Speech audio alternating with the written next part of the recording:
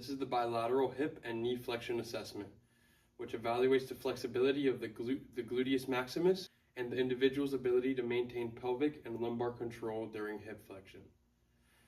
The movement occurs at the acetabular and tibial-femoral joints, involving hip and knee flexion in the sagittal plane.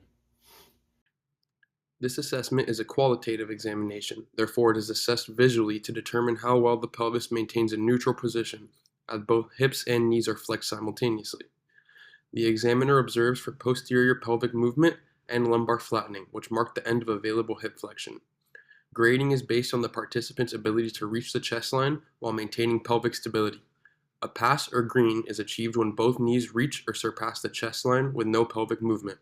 A borderline is given when the pelvis begins to shift or flatten just before reaching the chest line, and a fail or red occurs when the pelvis moves immediately or the knees stop well short of the chest line, showing significant limitation and poor lumbopelvic control.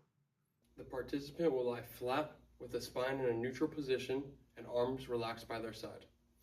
From here, both knees will be pulled towards the chest in a slow and controlled motion. Anchors include maintaining pelvic stability and monitoring for lumbar movement to ensure the motion stays isolated to just the hips. Try to bring the knees to the chest without lifting the pelvis off the bed. And relax.